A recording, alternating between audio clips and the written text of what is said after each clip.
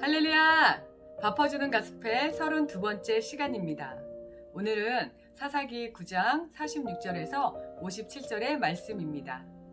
우리 눈으로만 빠르게 읽어볼게요.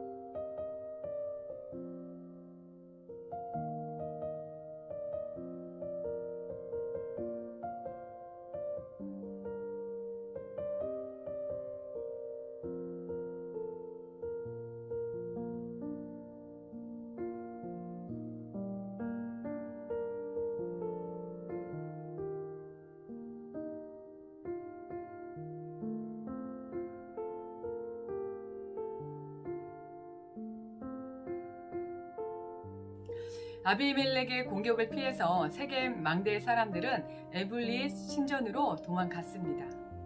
세겜 망대의 모든 사람들이 이를 듣고 에블릿 신전의 보루로 들어갔더니, 본문에 나오는 몇 가지 단어를 알아보면요, 본문을 이해하는 데 더 도움이 될 수 있을 거예요. 먼저 망대는 군사적 목적에서 도성을 수비하고 침략자의 동향을 감시하기 위해서 성문 위나 성벽 모서리에 세워진 탑 같은 장소를 말해요. 그림은 지금 이스라엘에 있는 다윗의 망대라는 건축물이에요. 그림으로 보니까 더 망대가 무엇인지 쉽게 이해할 수 있을 거예요. 다음으로는 보루라는 단어입니다. 생소한 것 같은 이 단어는 최근에 우리가 많이 접하고 있어요. 최후의 보루라고 하면 더 친숙한 단어의 뜻을 알 수 있을 거예요. 보루는 사전적 의미로는 적의 침입을 막기 위해서 돌이나 콘크리트로 튼튼하게 쌓은 구축물을 얘기해요. 히브리어로는 체리아흐라고 하는데요, 요새 망대라는 뜻으로 해석할 수 있고요, 또 다른 의미로는 은밀한 장소로 해석되기도 해요. 세겜 망대의 사람들은 자신들이 섬겼던 에블릿 신전 안의 망대 또는 은밀한 장소로 숨어서 피해버린 거예요. 이 소식을 들은 아비멜렉은 자기를 따르는 사람들과 함께 산에 올라가서 나무를 해서 세겜 사람들이 숨어있는 우상 신전한 보루에 불을 질렀어요. 결국 그 속으로 도망쳤던 세겜 망대 사람들은 모두 죽고 말았어요. 그들이 도피처로 생각한 바알 신전은 그들을 지켜주지 못했어요. 오히려 그들의 무덤이 되고 말았습니다.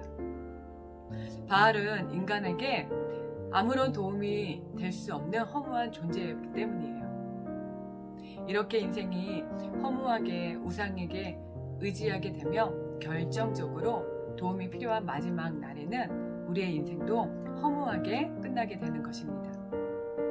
지금도 이와 동일한 착각 속에서 살아가고 있는 사람들이 많이 있습니다. 지금 우리가 신뢰하고 피난처로 생각하는 곳은 어디입니까? 어쩌면 우리는 세상의 많은 우상들을 피난처로 생각하면서 살아가고 있을지 모르겠습니다. 재물의 우상, 학벌의 우상, 관계의 우상, 그리고 인기의 우상 등 많은 것들이 있습니다. 이런 것들이 나를 지켜주고 보호해줄 것이라는 생각을 하고 있지만, 여전히 그런 것들을 또 붙잡고 살아가고 있지만, 이러한 것들은 마지막 때에 흔적도 없이 소멸될 것을 우리는 알아야 합니다. 따라서 우리가 믿고 의지해야 할 것은 바로 예수님입니다. 예수님만이 우리의 반석이시고 요새시고 또 우리가 피할 바위이시기 때문입니다. 오직 목자 되신 주님만이 우리를 안전하게 보호해 주실 것입니다. 아비멜렉은 세겜 사람들을 진멸한 후에도 그것으로 모자라서 데베스성을 공격했습니다. 그렇다면 데베스성 사람들은 어디로 도망을 했을까요? 말씀처럼 그들은 견고한 망대로 도망했습니다. 튼튼한 성으로 도망쳤다고 생각할 수 있겠지만 견고한 망대는 성경 곳곳에서 하나님을 상징하고 있습니다. 시편 61편 3절에서는요. 주는 나의 피난처시요 원수를 피하는 견고한 망대이십니다. 그리고 잠언 18장 10절에는요. 야훼의 이름은 견고한 망대라. 의인은 그리로 달려가서 안전함을 얻느니라 라고 말씀하고 있습니다. 견고한 망대는 곧 하나님을 비유하는 표현으로 성경에서 쓰여지고 있음을 우리는 알 수가 있습니다. 앞선 세겜 사람들의 이야기에서는 우상 신전으로 숨은 세겜 망대 사람들은 멸망을 당하고 말았습니다.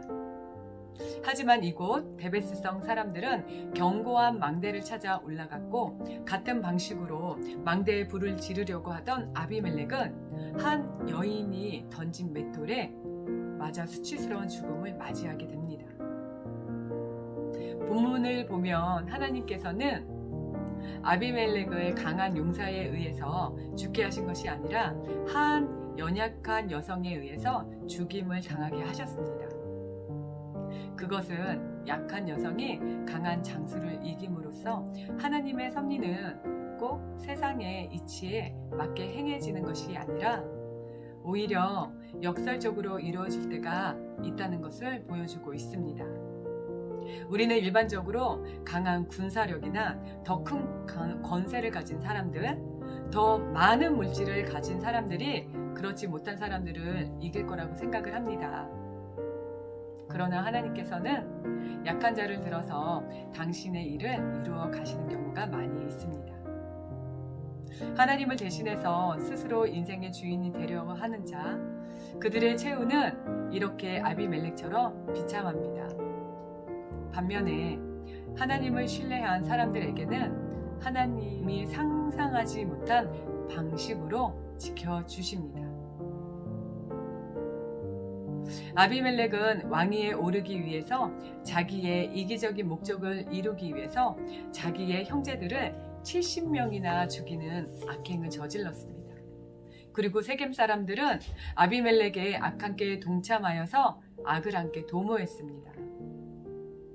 결국 그들이 범한 악행에 따라 하나님께서는 심판을 하셨습니다. 이처럼 하나님은 우리가 각자 행한 선악에 보응하시는 분이십니다. 때로는 우리의 삶 속에서 악인들이 성공하고 또 악인들의 악행에 의인들이 직접적으로 또 혹은 간접적으로 희생당하는 일도 있지만 우리가 스스로 인생의 주인이 되어 육신대로 정욕대로 살아가거나 세상의 헛된 영광을 쫓아서 살아간다면 우리는 반드시 그 두렵고 떨리는 하나님 심판대 앞에서 슬피 울 수밖에 없습니다.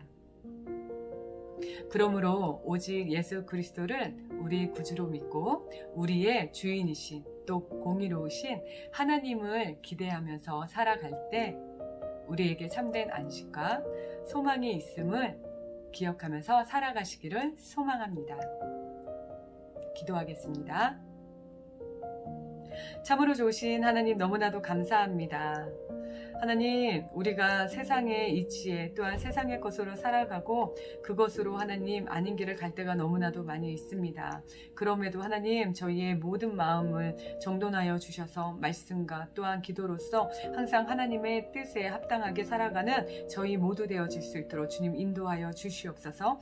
예수님만이 나의 주인이시며 예수님만이 참된 안식처임을 저희가 한 주간 또 그것을 믿고 살아가는 저희 모두 되어질 수 있도록 인도하여 주시옵소서. 예수님의 이름으로 기도드립니다. 아멘. 할렐루야. 오늘도 승리하세요.